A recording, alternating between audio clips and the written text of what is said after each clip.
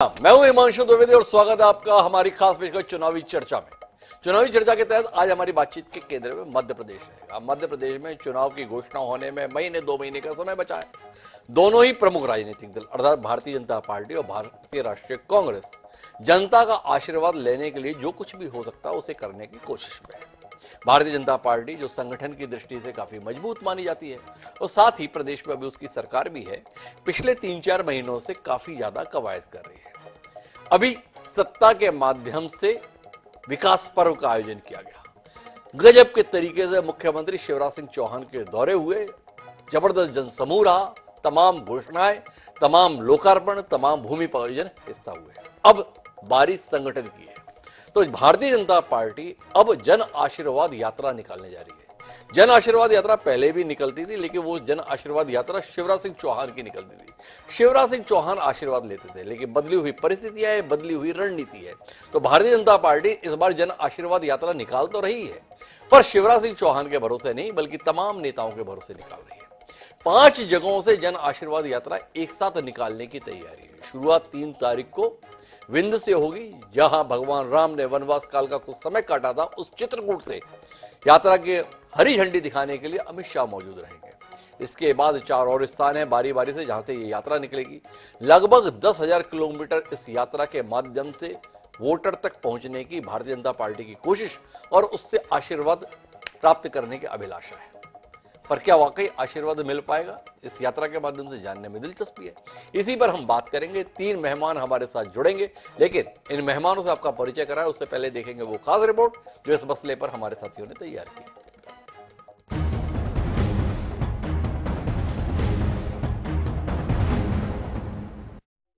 2023 के चुनाव से पहले भारतीय जनता पार्टी की जन आशीर्वाद यात्रा का आगाज 3 सितंबर से होने जा रहा है। इस बार यात्रा का स्वरूप बदला गया है। इस बार एक नहीं, एक साथ 5 यात्राएं निकाली जाएंगी। पहली जन आशीर्वाद यात्रा विंध्य के चित्रकूट से निकलेगी। केंद्रीय गृह मंत्री अमित शाह हरी झंडी दिखाएंगे। दूसरी यात्रा महाकौशल के मंडला से 5 सितंबर को प्रारंभ होगी। दूसरी यात्रा को भी अमित शाह करेंगे रवाना। तीसरी यात्रा इंदौर संभाग के खंडवा से 4 सितंबर से शुरू होगी। देश के रक्षा मंत्री राजनाथ सिंह यात्रा को करेंगे रवाना। चौथी यात्रा उज्जैन संभाग के नीमच से 4 सितंबर को शुरू होगी। चौथी यात्रा को भी राजनाथ सिंह दिखाएंगे हरी झंडी। 5वीं यात्रा ग्वालियर चंबल के श्योपुर से 6 सितंबर को शुरू होगी। बीजेपी के राष्ट्रीय अध्यक्ष श्री जेपी नड्डा दिखाएंगे हरी झंडी। जन आशीर्वाद यात्राएं 10,643 किलोमीटर की दूरी तय करेंगी। यात्रा के दौरान 678 रथ सभाएं और 211 बड़ी सभाएं होंगी। 25 सितंबर को भोपाल में होगा यात्राओं का समापन। समापन कार्यक्रम में प्रधानमंत्री नरेंद्र मोदी होंगे शामिल। कार्यकर्ता महाकुंभ के रूप में खत्म होगी यात्रा। बीजेपी का कहना है कि जन आशीर्वाद यात्रा गरीब कल्याण के लिए समर्पित है। कमलनाथ ने यात्रा पर सवाल उठाते हुए ट्वीट किया है। उन्होंने लिखा है कि 2018 में विधानसभा चुनाव से पहले शिवराज जी ने जन आशीर्वाद यात्रा निकाली थी, जिसका स्वागत मध्य प्रदेश की जनता ने पत्थर फेंक कर किया था। इस बार दिल्ली के शाहों ने खुद ही यात्रा को 5 हिस्सों में बांटकर इसका पंचनामा कर दिया है। भारतीय जनता पार्टी तो साहस के साथ 10,000 किलोमीटर से अधिक की यात्राएं करेगी, 210 विधानसभा क्षेत्रों को स्पर्श करेगी और जनता के बीच जाएगी कि हमने क्या सेवा कार्य इस मध्य प्रदेश की जनता के लिए किया, उनको जनता के सामने रखेगी और आशीर्वाद मांगेगी। कांग्रेस कहाँ है? ट्विटर पर, प्रेस कॉन्फ्रेंस में। खंड खंड पाखंड जो भाजपा का है वो इन यात्राओं के माध्यम से निकलेगा और जनता जनादेश के माध्यम से आशीर्वाद दे देती है। अगर भाजपा ने काम किए होते तो यात्रा निकालने की जरूरत नहीं होती। पंडित दीनदयाल उपाध्याय की जयंती पर 25 सितंबर को 5 यात्राओं का समागम भोपाल में होगा और इस दौरान कार्यकर्ता महाकुंभ भी होगा, जिसमें 10 लाख से अधिक कार्यकर्ता सम्मिलित हो रहे हैं। बीजेपी को पूरी उम्मीद है कि इस यात्रा के बाद जनता का आशीर्वाद वोट के रूप में उन्हें जरूर मिलेगा और 2023 में फिर से सिंहासन का रण जीतकर बीजेपी सत्ता के शिखर पर काबिज होने में कामयाब रहेगी। भोपाल से मनीष त्रिपाठी की रिपोर्ट। तो जन आशीर्वाद के लिए निकल रहे हैं, क्या जनादेश में तब्दील कर पाएंगे, ये सवाल है। इस सवाल का उत्तर खोजने की कोशिश करते हैं। मदद करने के लिए हमारे साथ में आशीष शर्मा जी हैं, विधायक है भारतीय जनता पार्टी के। रविंद्र सिंह तोमर जी हैं, विधायक हैं भारतीय राष्ट्रीय कांग्रेस को। इन दोनों के बीच तटस्थ राय देने के लिए संदीप पौराणिक हमारे साथ हैं। शुरुआत आशीष जी से ही करते हैं। क्या हो गया आशीष जी, शिवराज जी को छोड़ अब 5-5 जगह से यात्रा, चेहरे पे भरोसा नहीं, नेता पे भरोसा नहीं, या जनता पे भरोसा नहीं। अब तक तो शिवराज जी निकलते तो उसी से काम चल जाता था, क्या हो गया इतना टुकड़ों टुकड़ों में? देखिए, ये पार्टी की रणनीति है जी। माननीय मुख्यमंत्री जी विभिन्न जिलों में जा ही रहे हैं। अभी तक लगभग उनका 20 के आसपास जिलों में कार्यक्रम हो चुका है, जहां वो जन दर्शन भी कर रहे हैं, विकास योजनाओं का भूमि पूजन लोकार्पण भी कर रहे हैं। और चूंकि अब चुनाव में 1 से 1.5 महीने का समय आचार संहिता लगने के पहले बचा है, इसलिए पूरे प्रदेश के 230 विधानसभा क्षेत्रों तक यात्राएं निकल जाए, हमारा संदेश जन जन तक पहुंच जाए। इसके लिए अलग अलग क्षेत्रों से हम यात्राएं निकालकर उसको भोपाल में लाकर समाहित करेंगे। इसका तात्पर्य ये कतई नहीं है कि किसी नेता पर विश्वास नहीं है। माननीय शिवराज सिंह चौहान जी आज हमारी सरकार के मुखिया है, प्रदेश के सर्वमान्य नेता हैं, लेकिन काम को बांटने की दृष्टि से और अधिक क्षेत्रों तक हमारा संदेश स्पर्श हो जाए, इसलिए 200 से अधिक विधानसभा क्षेत्रों तक इस 20 दिन के समय में हमारी यात्राएं निकली। मेरे 2 सवाल हैं आपसे आशीष जी, इसका उत्तर लेंगे फिर रविंद्र जी के पास चलेंगे। आपने कहा समय कम बचा है चुनाव के लिए, अब 1-1.5 महीने का समय बचा है, पर सवाल तो इस बात का है कि चुनाव कब होने हैं, ये तो आपको 5 साल पहले से पता था कि चुनाव कब होने हैं।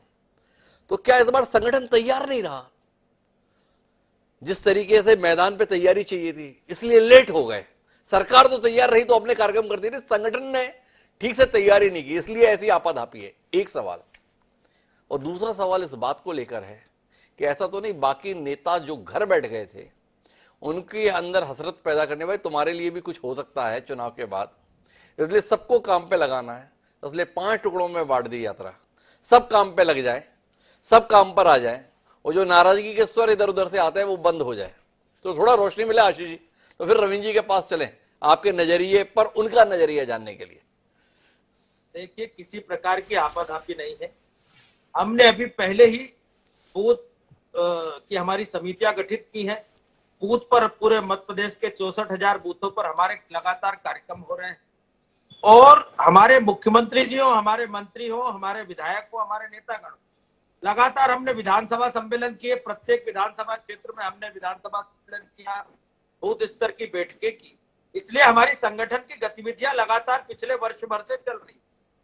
जहां तक बात है जन आशीर्वाद यात्रा की, तो जन आशीर्वाद यात्रा हर बार निकलती है, और स्वाभाविक है चुनाव के इतने बड़े अभियान में लगने के लिए सभी की आवश्यकता है ही। सभी कार्यकर्ता हर बार लगते भी है, चाहे केंद्रीय नेता हो, प्रदेश के नेता हो, जिले के नेता हो, विधानसभा स्तर के नेता हो, ये सब लोग लगते हैं, तभी तो चुनाव परिणाम आशानुकूल आते हैं। और इसलिए इस बार हमें 5वीं बार मध्य प्रदेश में सरकार बनाना है, इसलिए हमारी पूरी टीम प्रबंधन के साथ काम कर रही है, और हमने अपने चुनाव तक के कैलेंडर में हर कार्यक्रम के लिए तारीखें तय की है। कौन सा कार्यक्रम कब होगा, इसकी पूरी तैयारी संगठन ने अपने स्तर पर की है। जैसे जैसे चुनाव नजदीक आता जाएगा, सब कार्यक्रम जनता के बीच हमें देखने के लिए मिलेंगे। मैं फिर आऊंगा आशीष जी, मेरे सवाल का उत्तर बाकी रह गया, लेकिन मुझे रविंद्र जी से बात करनी है। और रविंद्र जी, आपसे जानना है कितना डर लग रहा है आपको जिस तरीके से भारतीय जनता पार्टी दनादन कार्यक्रम कर रही है? आप भोपाल में बैठे हुए केवल इनके कार्यक्रम देख रहे हैं या आप भी कुछ करेंगे, ये सवाल उठ रहा है। क्या कहते हैं रविंद्र जी? हिमांशु जी, ये जो कैलेंडर तैयार किया है ना, कैलेंडर जी, भारतीय जनता पार्टी के हमारे माननीय विधायक जी बोल कह रहे हैं कि हमने कैलेंडर तैयार कर लिया, तारीखें निश्चित कर ली जी। इनका कैलेंडर जनता ने तैयार कर लिया है जी। मध्य प्रदेश की जनता ने कैलेंडर तैयार कर लिया है, और उसी से घबराए हुए हैं। ये 5-5 जो यात्राएं अलग अलग खेमों में जो पड़ गई हैं जी। मैं तो कई बार कह रहा था, मैं एक बार नहीं, मैं अनेकों बार आपके चैनल पे कह चुका हूँ जी। कि मध्य प्रदेश में 5 चुनाव भी सामने आ गया जी, जनता के सामने है, और जनता ये निर्णय लेगी कि इनका जो 20 साल का रिपोर्ट कार्ड है जी, आदरणीय शिवराज सिंह जी का जो 18 साल का रिपोर्ट कार्ड है, वो जनता ने समझ लिया है कि रिपोर्ट कार्ड देंगे या आशीर्वाद।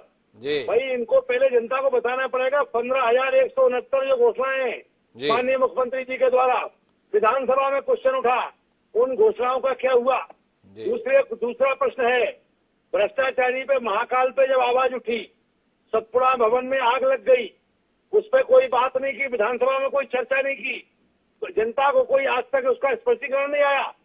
तो कम से कम आप बताएंगे ना, महंगाई चरम सीमा पे जा रही है, भारतीय जनता पार्टी बड़े बड़े दावे कर रहे थे कि बहुत हुई महंगाई की मार, अब तो भाजपा सरकार डबल इंजन की सरकार है, महंगाई कहाँ जा रही है? जनता आदरणीय कमलनाथ बीच में रोकता हूं रविंद्र जी, महंगाई को लेकर आज ही हुआ प्रहार है। 200 रुपए सिलेंडर आम उपभोक्ता के लिए और 400 रुपए सिलेंडर उज्ज्वला कनेक्शन धारियों के लिए सस्ता कर दिया सरकार ने। क्या कहेंगे आप, कैसा ये दाम है? हमारे ग्रामीण क्षेत्र में हमारे किसान भाई ये कह रहे हैं कि ये चुनावी हल्ले ही है, चुनावी हल्ले ही डाल करके जनता को आकर्षित करने का ये वोट को हथियाने का तरीका है, और फिर 5 साल वही होगा। भ्रष्टाचारी, महंगाई और बेरोजगारी चरम सीमा पे आदरणीय कमलनाथ जी की नीतियों से प्रभावित है जनता। अभी अंबा में कार्यक्रम हुआ था, 25 तारीख को मैंने कराया, और उस कार्यक्रम में 1 लाख आदमी इकट्ठा हुआ था अंबा में।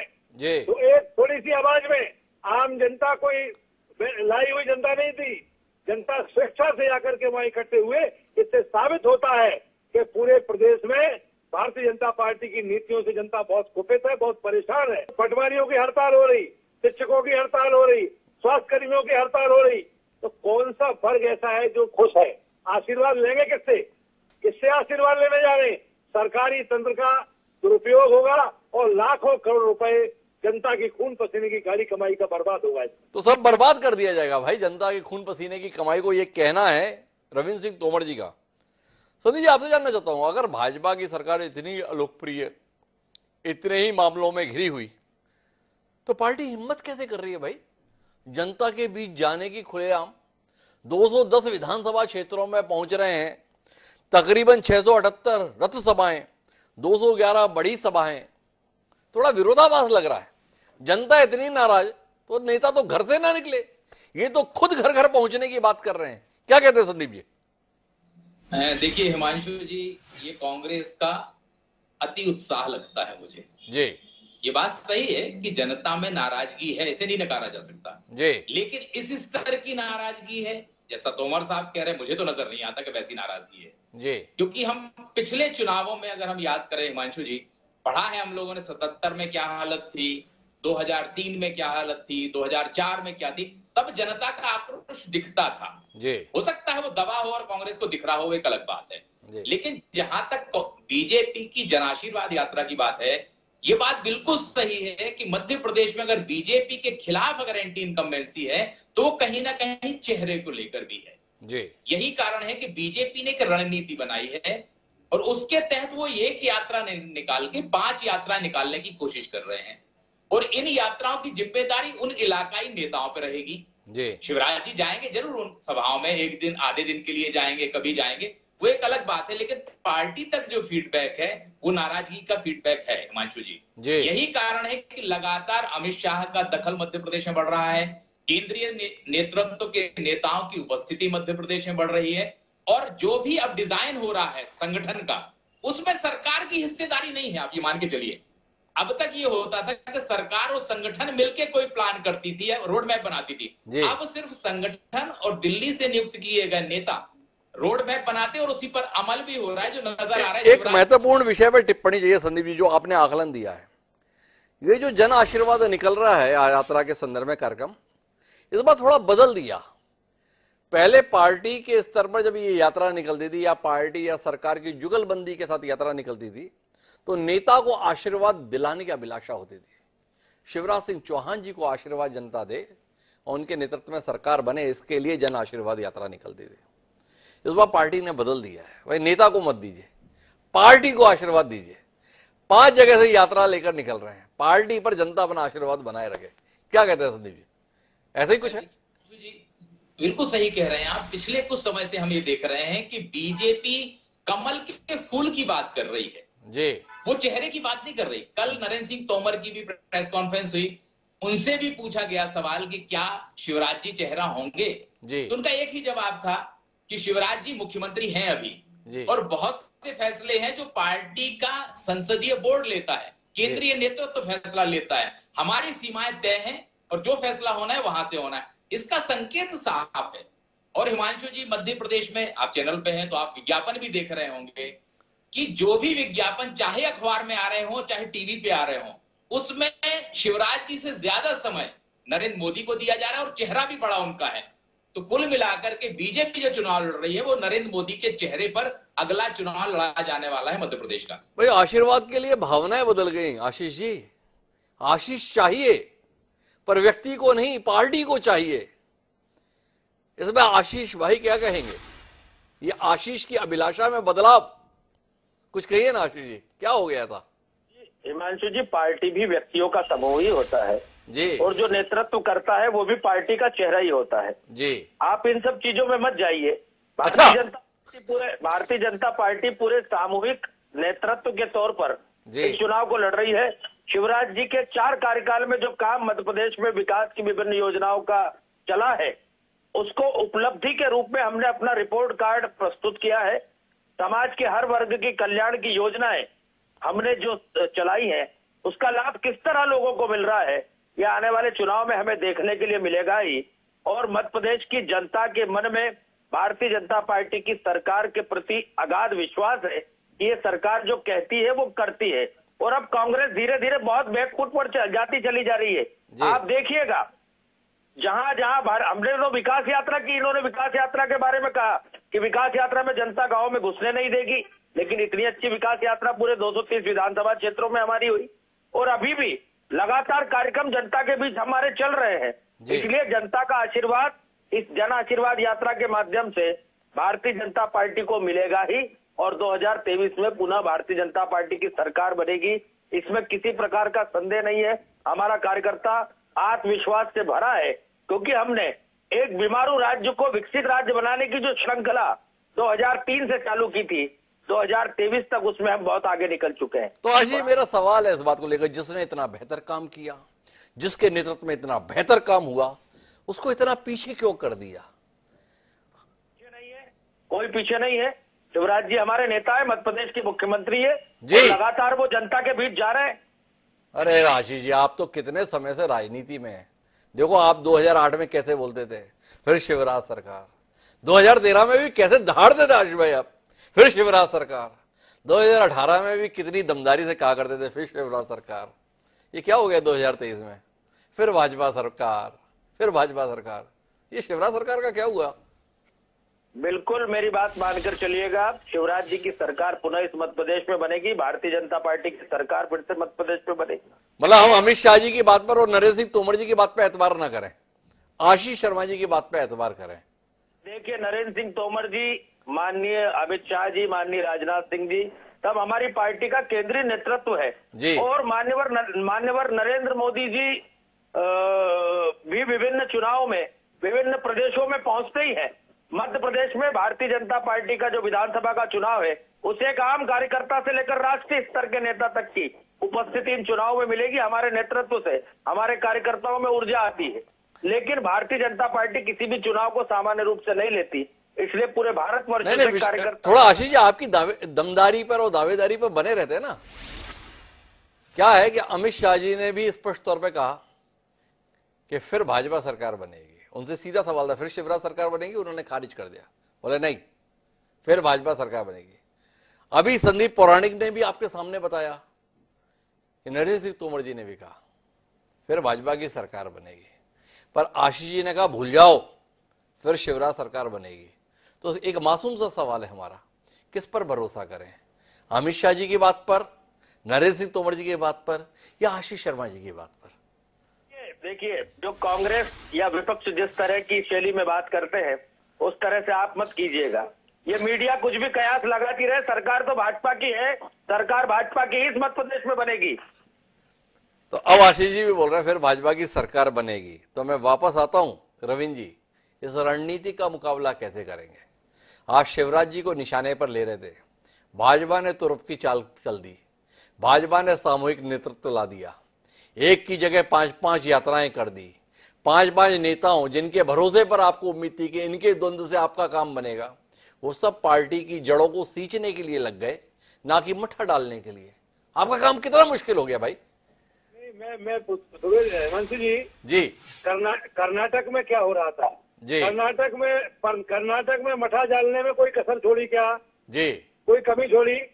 तो उसका जवाब किसने दिया कर्नाटक में जी? कर्नाटक में केंद्रीय नेतृत्व ने कोई कमी छोड़ी क्या जी? अमित शाह जी ने कोई कमी छोड़ी क्या जी? मोदी जी ने कोई कमी छोड़ी क्या जी? या भारतीय जनता पार्टी का केंद्रीय नेतृत्व में एक एक व्यक्ति, सारे मिनिस्टर वहाँ लगे रहे, और जनता ने मैंडेट किसको दिया जी? रिजल्ट क्या आया? वही स्थिति मध्य प्रदेश में आएगी। इसलिए आएगी, मैं अति उत्साह, संदीप जी कह रहे थे कि हम अति उत्साह में हम नहीं है जी। हम अति उत्साह में नहीं है। हमारे नेता आदरणीय कमलनाथ जी तो बहुत गंभीर हैं, बहुत धीरज वाले व्यक्ति हैं, और वो एक ही बात कहते हैं कि आप कांग्रेस का साथ मत दो, भाजपा का साथ मत दो, लेकिन सच्चाई का साथ दो, सच्चाई का साथ दो। जनता से हर मीटिंग में ये बात कहते हैं। तो इतना गंभीर व्यक्तित्व जिसके सामने भारतीय जनता पार्टी का हर नेता घबराया हुआ है मध्य प्रदेश में, और आप कह रहे, अब मैं तो ये कह रहा हूँ कि भारतीय जनता पार्टी का चेहरा जनता के सामने आ गया है। और आपका कौन सा चेहरा सामने आया है भाई? आपकी पार्टी के इतने बड़े नेता अजीज कुरैशी वो इस बात पर धिक्कार रहे हैं कि कांग्रेस के नेता गंगा मैया की जय, नर्मदा मैया की जय बोलते हैं, कांग्रेस कार्यालय में हनुमान जी की स्तुति गाते हैं। शर्म आनी चाहिए ऐसे स्थितियों पर। अब ऐसे विरोधों में उलझी हुई कांग्रेस भारतीय जनता पार्टी की चित्रकूट से निकलने वाली यात्रा, महाकाल के दरवाजे से निकलने वाली यात्राओं का मुकाबला कैसे करेगी रविंद्र जी? सवाल है ना। धर्म के नाम पर भी 856 क्या जनता नहीं देख रही है जी? 15,169 घोषणाएं, मैं ऑथेंटिक बात कर रहा हूँ, लिखा पढ़ी वाली बात कर रहा हूँ। 15,169 घोषणाएं माननीय मुख्यमंत्री शिवराज सिंह जी ने की जी। और वो उन 15,169 घोषणाएं झूठी है। उन घोषणाओं का किया हुआ, जरा एक बात का जवाब दो मेरी का। अच्छा रविंद्र जी, एक बात का जवाब आप दो। आपने मुद्दे तो सारे उठाए। जब जनता के स्तर पर व्यक्ति अलोकप्रिय होता है या पार्टी की अलोकप्रियता होती है या पार्टी को लगता है कि जनता हमसे नाराज है, तो लोग उस दरवाजे से गुजरने से बचते हैं। भारतीय जनता पार्टी तो उल्टा काम कर रही है। अभी शिवराज जी गांव-गांव घूम लिए विकास पर्व में। भारतीय जनता पार्टी ने अपने कार्यकर्ताओं के सभी 230 विधानसभा क्षेत्रों में 5-5, 7-7 हजार लोगों की मौजूदगी के सम्मेलन कर लिए, और अब 210 विधानसभाओं में घूमने का कार्यक्रम है। अगर जनता इतनी नाराज है तो ये यात्रा निकलेगी कैसे? कि सारे संभागों में शिवराज सिंह जी ने इन्वेस्टर मीट की, हालांकि इन्वेस्टर अट्रैक्ट नहीं हुआ, कोई इन्वेस्टर आकर्षित नहीं हुआ मध्य प्रदेश तरफ, लेकिन चंबल संभाग में कोई इन्वेस्टर मीट किया शिवराज सिंह जी ने 20 साल में? मैं पूछ रहा हूँ। चंबल में लाखों नौजवान सीमा पर शहीद हो गए भारत मां की सुरक्षा में। हमारे यहाँ हजारों एकड़ भूमि बेकार पड़ी है चंबल, आसन, कुआरी और सिंध के बिहारों में। क्या वहाँ इन्वेस्टर मीट नहीं हो सकती? वहाँ उद्योग धंधे नहीं लग सकते? तो चंबल के लोगों को तो केवल एक बात कह के खत्म कर दिया जाता है कि चंबल में डाकू और बदमाश रहते हैं। मैंने विधानसभा में कहा कि चंबल में कोई डाकू बदमाश नहीं हुआ है, अन्याय के खिलाफ बगावत करने वाले लोग हैं, बागी हुए हैं। तो बागू और डाकू बदमाश में अंतर है। इनको जब यही पता नहीं है किसका कैसे क्या कहना है, मैं आपसे निवेदन कर रहा हूँ कि अब जनता सब कुछ समझती है मानसू जी, जनता देख रही है, परिवर्तन डे बाई डे हो रहा है। आजकल सोशल मीडिया के माध्यम से, इंटरनेट के माध्यम से, टेलीविजन के माध्यम से सब एक एक व्यक्ति एक एक चीज पे नजर रखता है, हर व्यक्ति समझदार है। और जो आप वायदे किए थे, ये केंद्र की सरकार, राज्य की सरकार बार बार ये कह रही थी महंगाई बहुत हो गई। अब भाजपा सरकार भ्रष्टाचार के बारे में क्या कहा था? भ्रष्टाचार मुक्त भारत बनाएंगे। भ्रष्टाचार की स्थिति क्या है? धर्म के नाम पर भी महाकाल लोक में क्या घोटाला नहीं हुआ, उस पर जवाब नहीं दिया सरकार ने। तो मैं पूछ रहा हूँ कि कथनी और करनी में सीधा सीधा अंतर है। यही बात है कि जनता के जहन में बैठ गई है और वो तय हो गया है कि 2023 में इसका जवाब मिलेगा। तो जवाब मिलेगा। रविंद्र जी का तो सीधा कहना है जन आशीर्वाद की यात्रा भले ही निकाल लें, जनादेश हमें मिलेगा। तो मैं आखिरी बातचीत के लिए संदीप पौराणिक जी आपके पास आता हूं। बीच में ये खबरें काफी ज्यादा सुर्खियों पे थी कि कांग्रेस के मुकाबले में भारतीय जनता पार्टी इसलिए कठिन दौर से गुजर रही है कि उसके अपने नेताओं में नाराजगी है, वरिष्ठ में क्षुब्धता है, गुस्सा है, दुख है, नाराजगी है। क्या आपको लगता है ये जन आशीर्वाद यात्रा के स्वरूप के माध्यम से वो गुस्सा, वो दुख वो क्षोभ, वो नाराजगी खत्म कर लेगी नेताओं की, और ऐसे बहाने जनता को भी मना लेगी। देखिए हिमांशु जी, पिछले 2 महीने की स्थितियों पर हम गौर करें तो मध्य प्रदेश में बीजेपी की काम करने की शैली बदली है, रणनीति बदली है। अमित शाह के मध्य प्रदेश में दखल देने के बाद, या यूं कहें कि रुचि लेने के बाद, ना तो किसी नेता का ये साहस बन पा रहा है कि वो कुछ बोल पाए, या उसमें ये साहस नहीं दिख रहा है कि वो विरोध कर पाए खुल के। जहां तक आपने जन आशीर्वाद यात्रा की बात की, स्वाभाविक सी बात है, पार्टी उन नेताओं तक जन आशीर्वाद यात्रा से पहले ही पहुंच रही है जिनमें नाराजगी है जी, उन्हें मनाने की कोशिश हो रही है, और ये प्रयास किया जा रहा है कि जन आशीर्वाद यात्रा के मंच पर वे तमाम लोग नजर भी आए जिन्हें असंतुष्ट कहा जा रहा है या जिनके अंदर असंतोष है। अगर बीजेपी ऐसा करने में कामयाब हुई तो जन आशीर्वाद यात्रा सफल होती नजर आएगी, और अगर वही रहा जो पहले होता रहा है, असंतोष, बयानबाजी, बगावत, तो मुझे लगता है कि वो असर नहीं दिखेगा जिसकी बीजेपी जिसकी उम्मीद करे। तो हम कुल मिलाकर बातचीत के नतीजे में पहुंचे तो जन आशीर्वाद यात्रा दरअसल भारतीय जनता पार्टी की 2023 में जनादेश पाने की कवायद का हिस्सा है। इस जन आशीर्वाद के माध्यम से न केवल जनता को लुभाने की कोशिश होनी है, बल्कि अपनी पार्टी के वरिष्ठ नेताओं को मनाने की भी कोशिश होनी है।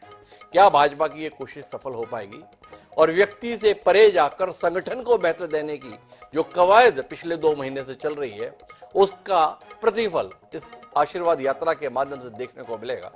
जानना दिलचस्प होगा। आप तीनों मेहमानों को बहुत बहुत धन्यवाद इस चर्चा का हिस्सा बनने के लिए। आज के इस कार्यक्रम में इतना ही। कल फिर मिलेंगे नए विषय के साथ। मुझे दीजिए इजाजत। सादर प्रणाम।